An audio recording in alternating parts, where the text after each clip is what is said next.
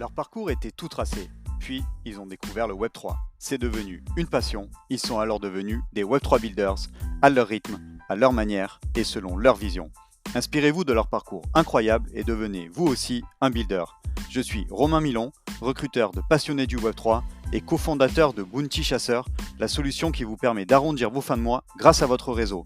Recommandez un membre de votre réseau sur bountychasseur.com pour tenter de gagner votre première prime. Avant ce nouvel épisode, je tenais à vous préciser que nous ne donnons pas de conseils en investissement financier dans ce podcast. Je vous rappelle aussi que tout investissement dans les cryptoactifs et les NFT comporte des risques et peut entraîner des pertes en capital. Soyez prudents et faites toujours vos propres recherches. Bonjour à tous, j'espère que vous allez bien. Bienvenue sur ce nouvel épisode de Behind the Chain. Aujourd'hui, je reçois Kevin Serrou. Il est fondateur du projet Defit. Comment tu vas, Kevin ? Très bien, merci. Bonjour Romain, bonjour à tous et merci de m'avoir sur ce podcast aujourd'hui. Avec grand plaisir. Alors écoute, je te propose qu'on rentre tout de suite dans le vif du sujet. Alors est-ce que tu peux nous dire, première question, ce que tu faisais avant d'arriver dans le Web3 ? J'ai travaillé dans une industrie complètement différente, dans l'industrie automobile pendant 11 ans, au sein du groupe ZF, le second équipementier mondial. J'ai débuté sur Paris en tant que stagiaire dans le service export. Je m'occupais de la distribution de pièces détachées sur l'Afrique du Nord, Belgique, Pays-Bas. En 2013, j'ai eu l'opportunité au sein du groupe de partir à Singapour en tant que chef de produit pour la région Asie-Pacifique. Une expérience juste exceptionnelle. J'y suis resté 7 ans d'ailleurs, de 2013 à fin 2019. J'ai connu un bel avancement de carrière au sein de la région puisque j'ai terminé en tant que directeur produit, data et ingénierie à la tête d'une équipe de 70 personnes avec des déplacements 2 fois par mois sur la Chine notamment, où j'ai passé au moins une semaine par mois pendant 6 ans et le reste des pays. Alors, tu nous en as pas parlé aussi, mais je crois que tu as un passé de sportif ou même encore un présent vraiment fort. Donc, est-ce que tu peux peut-être nous dire un petit mot aussi par rapport à cette passion ? Bien sûr, pendant ces quelques années en Asie, je me suis découvert une passion pour le monde du triathlon. Ça a commencé avec un pari bête et méchant, comme trop souvent. Un ami qui m'a challengé de faire un Ironman, alors que j'étais plus à la salle de muscu tous les soirs que je n'étais sur un vélo.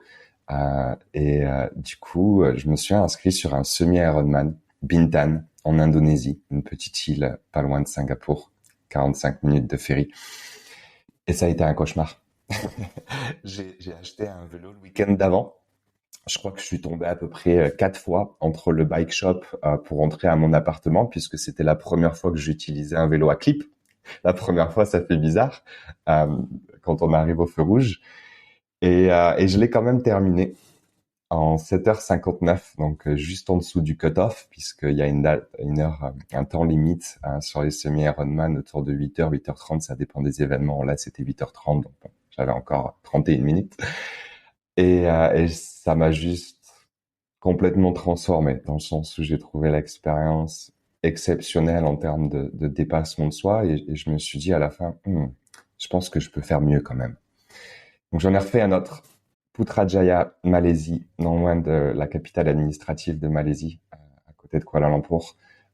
J'ai fait un peu mieux, 7h14, et puis j'en ai fait un autre, pour finalement faire 16 Ironman entre 2014 et 2019, 13 semis, 3 fulls, Corée, Australie et Malaisie.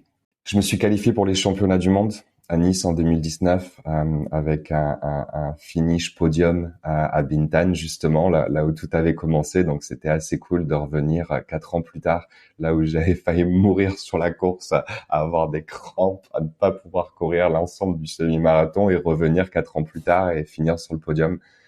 Ça montre comme quoi la consistance, la régularité, la discipline peut nous amener loin.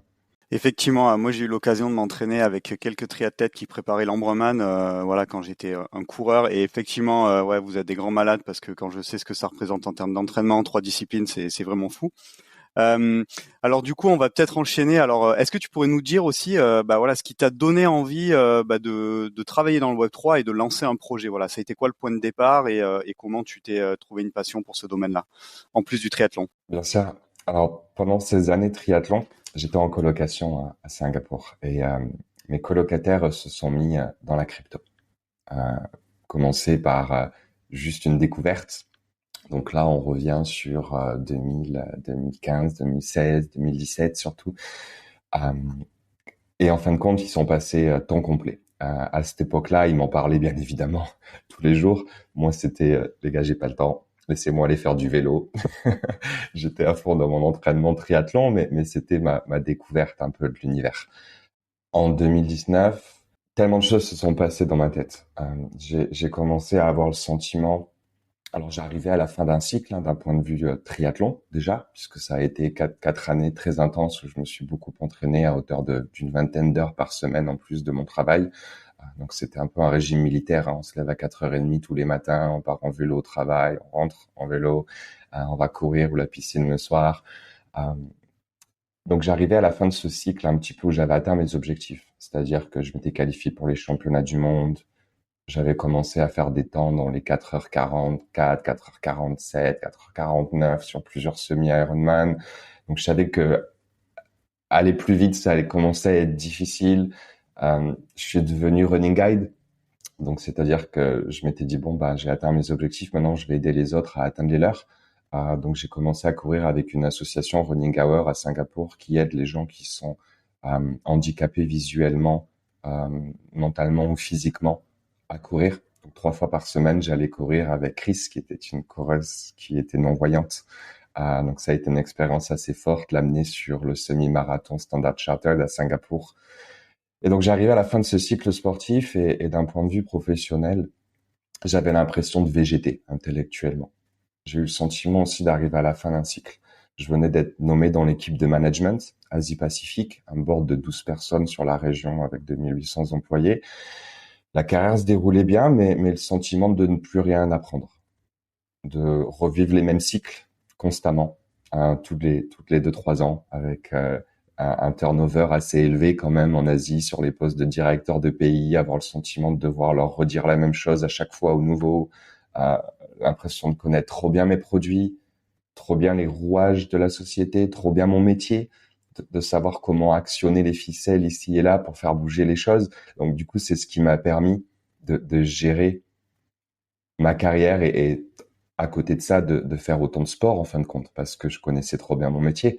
Donc pendant 2 ans, je savais anticiper la demande et je savais comment aller passer plus d'heures sur le vélo ou à courir plus qu'à être au bureau. Et donc à un moment donné, on a le sentiment qu'on arrive sur la fin de ce cycle. Donc là, en l'occurrence, c'était 2 cycles, d'un point de vue sportif et d'un point de vue professionnel, et l'envie de nouveaux challenges. Donc à partir de là, j'ai commencé à réfléchir. Ça a commencé un peu sur les pauses déjeuner. On fait quelques dessins entre midi et 2, et puis l'idée s'est développée et j'ai eu le sentiment qu'il était le moment de franchir le pas et de se jeter à l'eau, comme on dit. Ok, alors du coup, comment tu t'es jeté à l'eau et comment ça s'est passé cette transition vers le Web3 et puis le lancement de ce projet DeFit dont tu nous parleras plus en détail tout à l'heure? Concrètement, c'est simple, hein. Une lettre de démission. Je me rappelle encore de ce moment-là. C'est pas évident de sortir de sa zone de confort parce que forcément, quand on commence à réfléchir à un projet de création d'entreprise, quel qu'il soit, et qu'on commence ça sur les soirs et les week-ends, on a le confort de notre vie, on a la fiche de salaire qui tombe, la paye qui tombe tous les mois, on a notre appartement, et donc c'est dur. J'ai repoussé un peu. On verra à la fin de l'année. À la fin de l'année, il y a les fêtes de Noël quand même. C'est cool de rentrer en France 2 semaines de Singapour. Bon, on verra début d'année. Il y a le bonus qui tombe quand même en mars. Ce serait dommage de partir avant le bonus. Et donc en fait, on repousse un petit peu continuellement. Moi, il y a eu un peu un élément déclencheur. Il y a eu un événement en Chine qui s'est produit à Shanghai où j'avais une équipe de 25 personnes, une enquête de compliance un peu borderline, et ma société qui a licencié 7 personnes, dont 3 faisaient partie de mon département, sur des bases, pour moi, à l'époque, infondées. Et en fait, la manière dont ça s'est passé, ça m'a un peu choqué et ça m'a un peu écœuré. Et ça a été un peu le déclic. Et donc, j'avais toute cette réflexion euh, depuis quelques mois déjà sur le fait de franchir le pas. Et quand cet événement s'est produit, j'ai vu ça comme l'élément déclencheur. Donc, je me rappelle, j'étais encore à Shanghai un vendredi matin et je rentrais à Singapour l'après-midi. J'ai fait une lettre de démission, je l'ai envoyée. J'ai pleuré tout le week-end. Je m'étais donné le week-end pour justement voilà, être faible ou tout lâcher. Je suis revenu le lundi au bureau. Ça a été une semaine de rendez-vous pour essayer de me convaincre de rester et de retirer cette démission. Mais j'ai vraiment eu ce sentiment comme un calling. C'était ce que je devais faire à ce moment-là. Je pouvais pas forcément l'expliquer. C'était un peu dénué de sens, hein, sachant où j'en étais d'un point de vue carrière, sachant mon statut et quelque part mon rythme de vie et pouvoir d'achat à Singapour. Mais j'avais vraiment besoin de me mettre au pied du mur pour me dire, voilà, maintenant si je veux que ce projet réussisse, tant que ça restera un side hustle, ça ne marchera pas. Et puis il y a aussi la mission du projet. Je pense que ça c'est important, c'est-à-dire que entreprendre pour le succès, entreprendre pour l'argent, ça nous mène pas bien loin. Ici, j'ai entrepris avec une mission liée au sport, liée à ma passion du triathlon et comment faire bouger les gens. Alors, c'est probablement lié à mon histoire personnelle, on n'en a pas parlé, pardon, mais j'ai perdu ma maman quelques années auparavant, victime d'une maladie cardiovasculaire. Elle avait seulement 49 ans et elle n'est pas la seule. Une maladie cardiovasculaire, c'est 18 millions de personnes chaque année. Et il est essentiel et vital que nous pratiquions tous plus de sport et que nous menions tous une vie plus saine, équilibrée et active. Et donc, en fin de compte, ça a été le sentiment que ce projet, cette idée, DFIT, c'est ce que je dois faire. Et donc, cette démission, je l'ai assumée. J'ai dû donc quitter Singapour après ma démission. Je suis parti m'installer à Phuket. Donc, ça a été changé de vie complètement à ce moment-là. Ok, bah écoute, hyper intéressant. Alors, tu as commencé à nous parler de la vision de Defeat, hein, qui était finalement de contribuer à mettre plus de personnes dans l'activité physique, à avoir une meilleure, on va dire, qualité de vie peut-être au quotidien. Alors voilà, est-ce que tu peux nous parler maintenant plus en détail de Defeat, comment voilà s'est lancé le projet, quel point de douleur, à quelles difficultés vous essayez de répondre, et puis peut-être aussi dans un deuxième temps, quelles peuvent être aussi les différences avec un projet qui est assez connu maintenant, qui s'appelle Stephen. Voilà, comment vous différenciez d'un projet comme ça? Il faut savoir que quand j'ai lancé DFIT, Stephen n'existait pas encore. Donc là, on arrive sur mars-avril 2021. La catégorie Move to Earn n'existait pas. Donc ça a été de longs mois de solitude. J'arrive avec ma communauté Instagram de 12 000 followers, beaucoup de connexions dans le sport puisque j'avais documenté un petit peu tout ce parcours dans le triathlon entre 2014 et 2019. C'était un peu les belles années Instagram. Je m'y retrouve plus dans Instagram quand je m'y retrouvais à l'époque. Mais il y avait un fossé énorme entre comment est-ce que ces 12 000 athlètes que j'ai sur mon compte Instagram, cette superbe communauté avec qui on s'est inspiré les uns les autres pendant des années, comment est-ce que je leur explique que maintenant, ils peuvent gagner de la crypto en faisant du sport. Et c'est deux mondes complètement différents. Donc cette communauté fitness Web3, je ne savais pas où la trouver. Donc, post-lancement des FIT, de grandes difficultés, jusqu'à bien évidemment premier trimestre l'année dernière, où Stephen émerge, Stephen vraiment explose et met la catégorie Move to Earn sur la map, sur la carte aujourd'hui. C'est marrant parce que fin d'année 2021, j'ai envoyé des emails à CoinGecko et CoinMarketCap pour leur dire que je ne me reconnaissais pas en tant que projet sport, puisqu'il y avait uniquement la catégorie sport et en fait c'est essentiellement des fan tokens lancés pour les clubs de foot et je leur demandais de créer la catégorie Move to Earn. Quand la catégorie au 1er avril 2022 s'est créée, tout d'un coup toute la catégorie Move to Earn a un peu explosé. DFIT a vraiment bénéficié de cette vague à tout le buzz, toute la presse qui était faite autour de Stephen. Donc, on a grandement bénéficié de ça.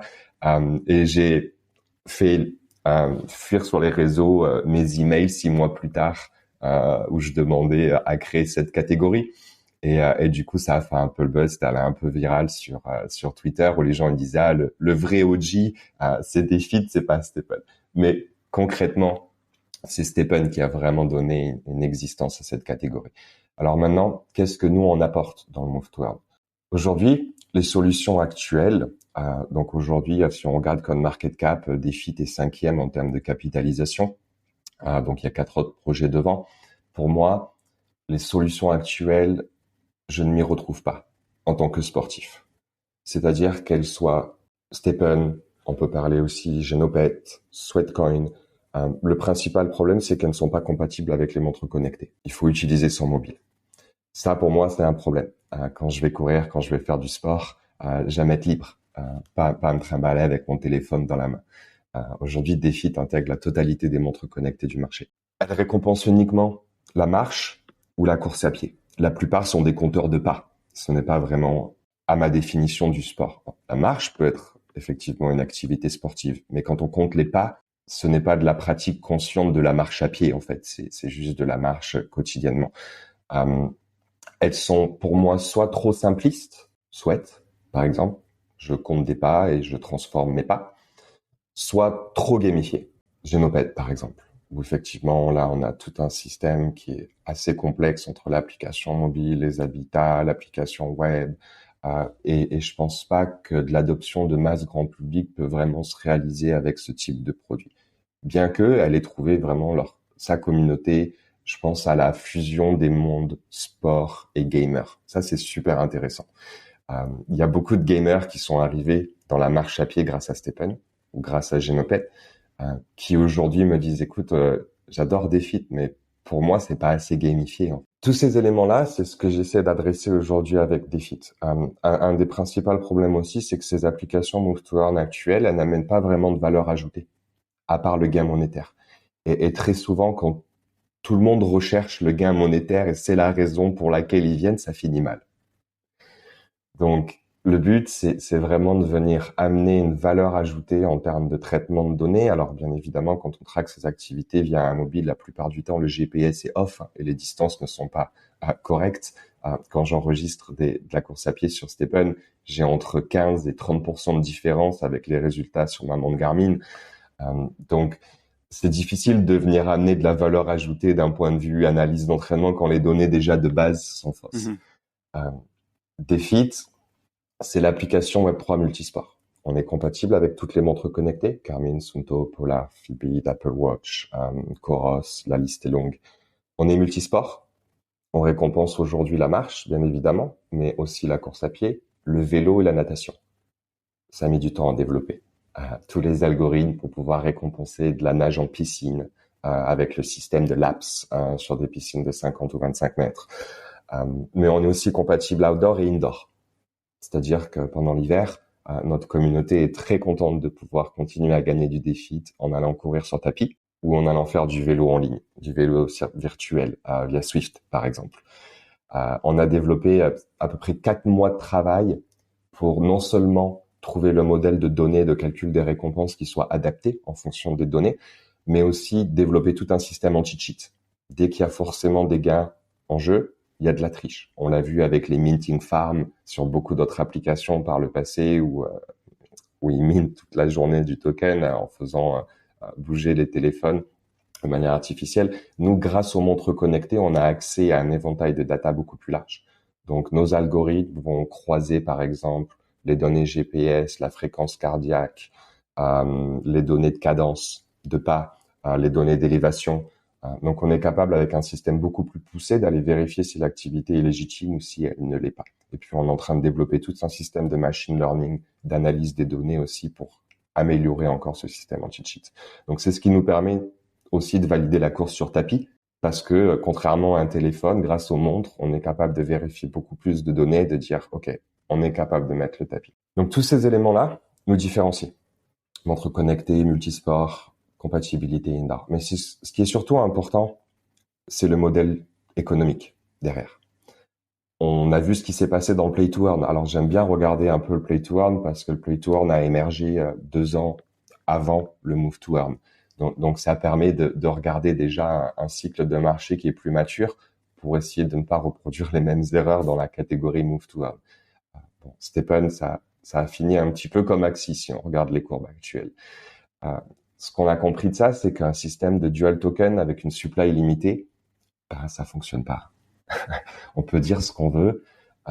imprimer des milliards de tokens out of thin air, ce n'est pas une économie. Okay, c'est une vision courte durée.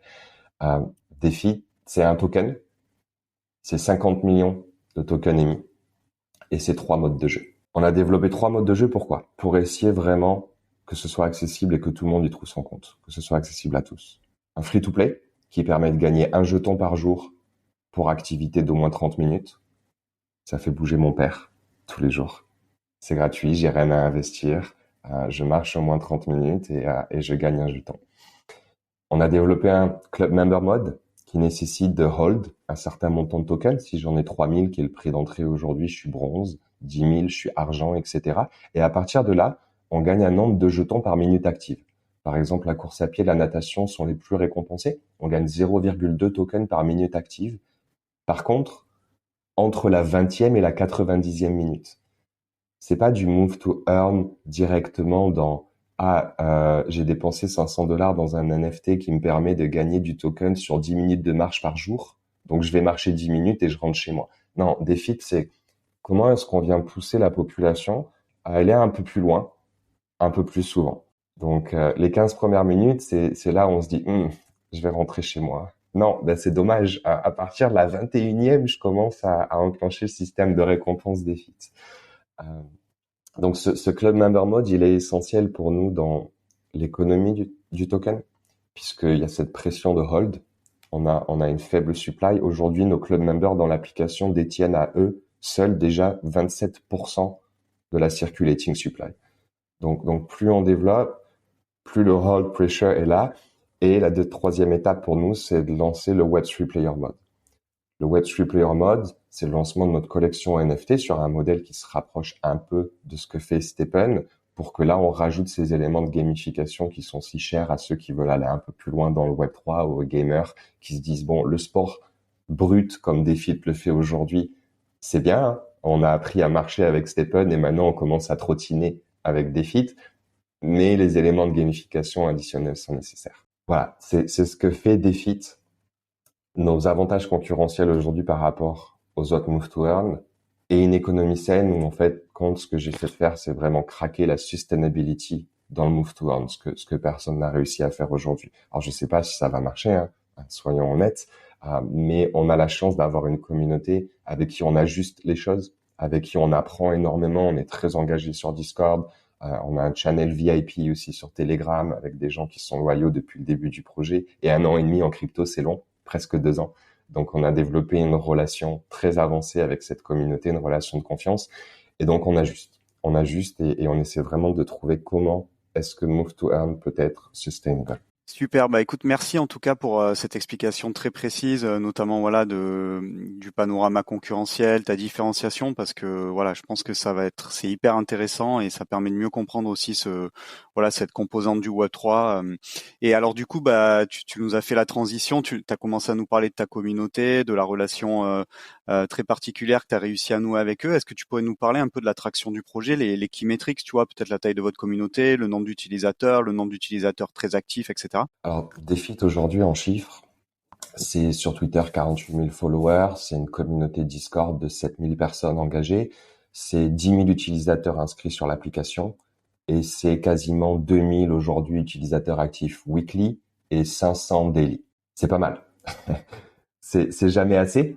On se dit toujours, comment est-ce qu'on peut trouver plus? Mais c'est vrai, quand on compare aujourd'hui les gros du métaverse, Decentraland, Sandbox, quand on regarde les données on-chain de Stephen, on se dit qu'on est quand même pas mal du tout. Mais ce qui est très important, c'est comme on l'a dit, c'est vraiment cette die-hard community qu'on a aujourd'hui. On a un channel alpha tester où en fait on a à peu près une trentaine de personnes aujourd'hui. Chaque nouvelle fonctionnalité qu'on pousse en testing, on le pousse à cette communauté d'une trentaine de personnes. Et ils testent. Ils nous donnent du feedback, ils nous disent, là tu donnes trop de défis, ça va pas, baisse. Et c'est souvent en fait le feedback qu'ils donnent. Le feedback qu'ils donnent, ce qui est assez exceptionnel, c'est que on est trop généreux. Et du coup, quand ta communauté te dit non, t'es trop généreux, tu te rends compte que t'as vraiment noué une relation privilégiée avec eux parce que ce qu'ils veulent, c'est vraiment craquer la sustainability du Move to Earn grâce à Defeat. Donc ça, c'est assez exceptionnel. Donc sur la partie communauté, voilà les chiffres que nous avons aujourd'hui. On se rend compte qu'il y a 27% de conversion free-to-play en club member. Ça, c'est assez exceptionnel parce que les gens nous découvrent, ils disent, attends, je vais regarder cette appli quand même. Je gagne un jeton par jour pendant une semaine ou deux et je me dis, bon, ok, la communauté est solide, l'équipe est solide, le projet est solide, j'investis et je passe club member. Donc en fait, ce cheminement, ce funnel un petit peu de je découvre en free-to-play et je passe club en bronze. Et ce dont on se rend compte aussi, c'est que la plupart des club members upgrade. Ils commencent bronze, mais leur objectif, c'est de devenir silver, c'est de devenir gold. Donc en fin de compte, tu vois, cette relation au produit, cette relation psychologique au token elle-même, le fait que ce ne soit pas un dual token system, le fait que ce soit une supply limitée, ça rend le jeton précieux. Et notre communauté le valorise en fait. C'est pas un hit and run. Non, non, je sais que Defeat c'est précieux, je en veux le plus possible. Donc ça, c'est assez exceptionnel. D'un point de vue économie, aujourd'hui, Defeat, c'est 110 millions de volume transactionnel financier. Je pourrais te partager après, on a un lien sur un Dune Analytics dashboard que l'on a fait. En trading proprement dit, Defeat, c'est 95 millions. On a lancé sur Ethereum, on a 81 millions de trading volume en DEX. Je parle pas de volume centralized exchange. On sait que ces données sont très peu fiables, souvent pas vraiment correctes pour ne pas utiliser de mots trop forts. Donc on est 81 millions de trading sur AnySwap en DEX, on est 14 millions de trading sur Polygon en DEX via QuickSwap. Donc ce sont des chiffres relativement importants. Et aujourd'hui, on est vraiment dans une démarche on a eu cette traction, le modèle a été compris par la communauté. Je pense que ça a été bien pensé. Maintenant, on est vraiment dans une démarche de comment est-ce que l'on va scaler en 2023 et ramener cette population d'au moins 15 millions de personnes qui sont aujourd'hui dans le Web3 et dans la crypto. Je pense qu'on est autour de 300 millions de détenteurs de crypto dans le monde aujourd'hui. Si tu dis 5% sont au moins impliqués dans le sport, contrairement à la population générale, on est de l'ordre des 15%. Bon, on va dire qu'il y a peut-être moins dans le Web3 de gens qui sont dans le sport. Donc, on part à une base de 5, c'est 15 millions de personnes que l'on peut toucher actuellement. Mais maintenant, c'est aussi comment est-ce que l'on va toucher ces communautés. Donc, nous sommes en train de développer un système de leaderboard par communauté NFT pour faire de l'engagement communautaire. Vu qu'on connecte tous les wallets aujourd'hui, on a près de 4000 wallets connectés dans l'application. On va lire tes connexions NFT. Et pour les collections partenaires que l'on va référencer, tu vas pouvoir voir un leaderboard de who is the fittest de la collection, par exemple, à X. Donc, on est en train de développer ça pour vraiment venir conquérir ces communautés, faire de l'engagement communautaire NFT et ensuite d'embrayer sur l'engagement de communauté via les challenges et les leaderboards d'entreprise pour faire de la vraie acquisition Web2. Alors, il y aura de la simplification de produits à faire pour aller chercher. C'est pour ça qu'on se concentre d'abord sur les communautés NFT qui sont déjà familiers dans le Web3 et voilà un petit peu les perspectives de développement que l'on a aujourd'hui. Toi, alors qu'il y a un projet qui est déjà bien installé, qui va rentrer dans une phase d'accélération en 2023, s'il y a quelqu'un qui venait te voir et qui te demandait 2-3 conseils pour lancer un projet Web3, ou si tu te parlais à toi-même, on va dire il y a peut-être 2 ou 3 ans en arrière, voilà, ce serait quoi les conseils que tu te donnerais à toi ou que tu donnerais à cette personne qui vient te voir pour pas faire d'erreur justement? C'est une excellente question.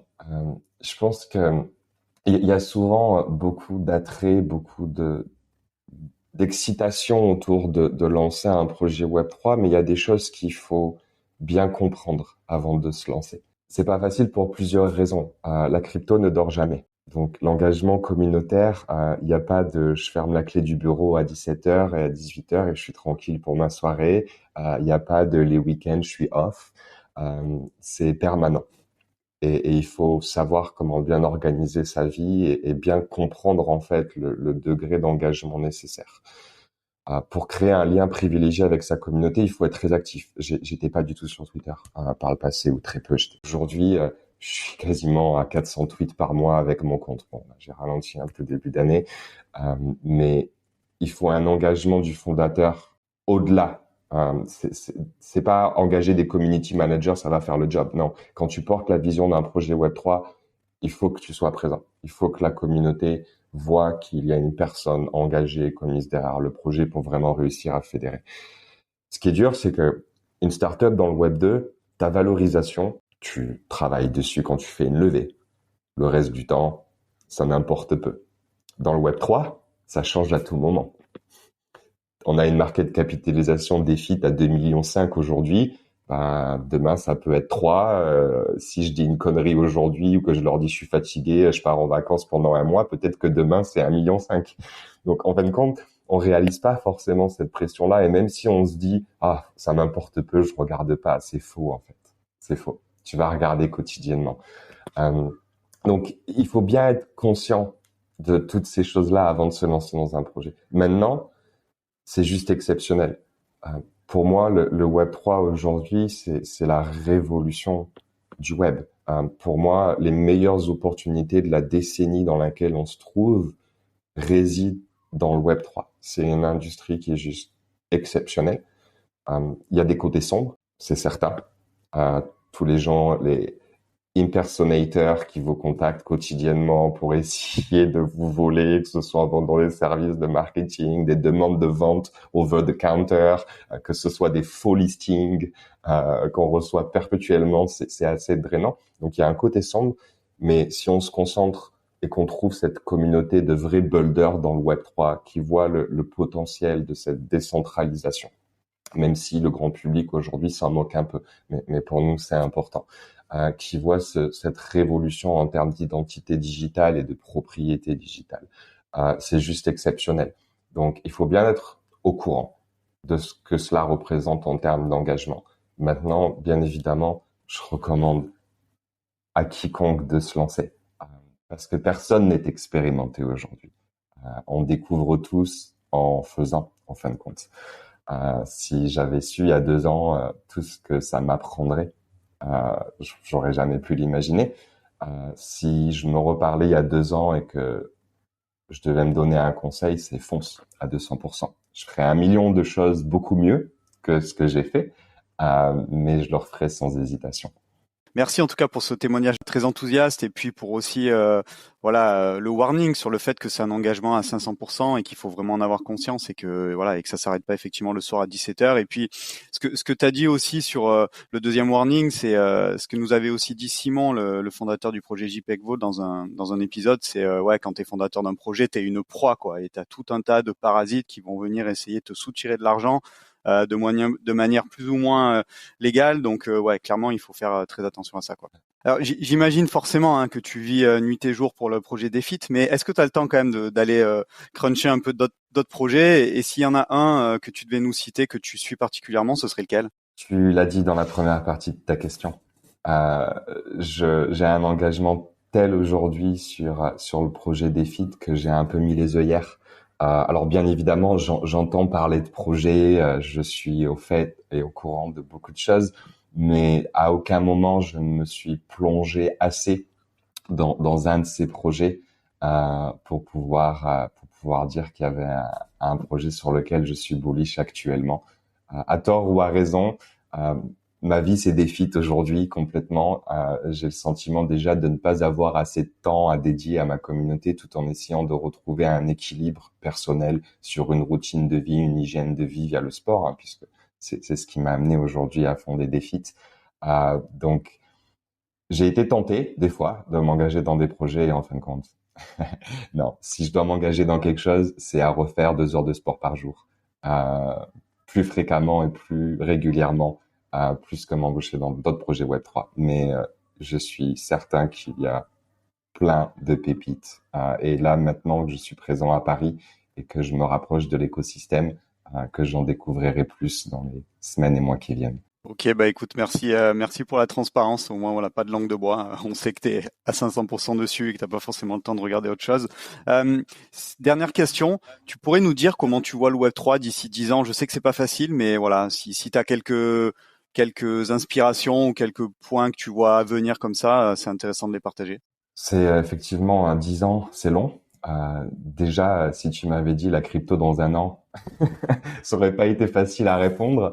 Le Web 3 dans 10 ans, Ce qui est intéressant aujourd'hui, c'est l'adoption de masse. Je pense qu'on est arrivé effectivement dans un beer l'année dernière, que tout cycle est différent si on regarde le passé, ces 10 dernières années. Là, l'adoption de masse des leaders du Web 2 aujourd'hui est impressionnante. Quand on voit Starbucks qui va sur Polygon, quand on voit Disney qui se lance sur Polygon, quand on voit Nike, je regarde tout particulièrement Dot Swoosh, le projet lancé par Nike. Là, je regardais hier leur smart contract, c'est 276 000 adresses qui ont été créées par Nike sur Polygon avec le Dot Swoosh. C'est fascinant ce qui est en train de se produire aujourd'hui. Et je pense qu'effectivement, cette identité digitale, demain, c'est plus login par email, c'est login avec ton wallet. Je pense effectivement que les NFT sont une technologie qui est assez exceptionnelle. On parle beaucoup des NTT en ce moment, des nouveaux standards de non-transferable token pour la réputation, pour les diplômes, par exemple aussi. Il va y avoir effectivement les NTT vont être la prochaine grosse chose dans l'univers NFT. Après toute la phase spéculative qu'on a pu connaître l'année dernière, c'est dur de projeter ce que ce sera dans 10 ans, mais quand je vois tous les grands groupes aujourd'hui qui s'y mettent, c'est certain que l'on s'approche d'une adoption de masse. Alors, les plus optimistes diront 2030, c'est 50% de la population mondiale qui aura adopté le Web3. Ça me paraît un peu beaucoup. Je vois des forecasts autour de 1,2, 1,4 milliard de personnes, autour de 15% d'adoption d'ici 2030. Je pense que c'est plus réaliste. On est 300 millions aujourd'hui. Je pense qu'on sera sans hésitation au-dessus du milliard en 2030. Et donc, ça montre les opportunités exceptionnelles qui résident dans le Web3 pour la décennie à venir. Bah écoute, waouh, encore un épisode incroyable avec voilà un très beau parcours de builder, très marqué par voilà ce que tu as pu faire dans tes premières expériences entrepreneuriales et puis aussi voilà ta grande expérience dans le triathlon. Donc ouais, super. Et puis écoute, moi j'ai pris beaucoup de plaisir, j'ai encore appris plein de choses aussi en termes de culture Web3, donc c'était génial. Et puis merci pour ta présence et puis je te laisse le mot de la fin pour conclure, Kevin. Merci beaucoup, Romain. Ça fut un réel plaisir d'échanger avec toi aujourd'hui et très excité à l'idée de découvrir, de rencontrer de nouvelles personnes à la suite de ce podcast. Je suis sur Twitter, @Araxia360, sur LinkedIn aussi. Au plaisir de répondre à toutes questions pour des personnes qui seraient intéressées d'en savoir plus. Merci. On partagera bien entendu voilà tous tes identifiants de contact dans le descriptif du podcast. Et puis je souhaite bonne chance à Defit pour la suite et je suis sûr que vous serez couronné de succès. À très vite, Kevin. Salut.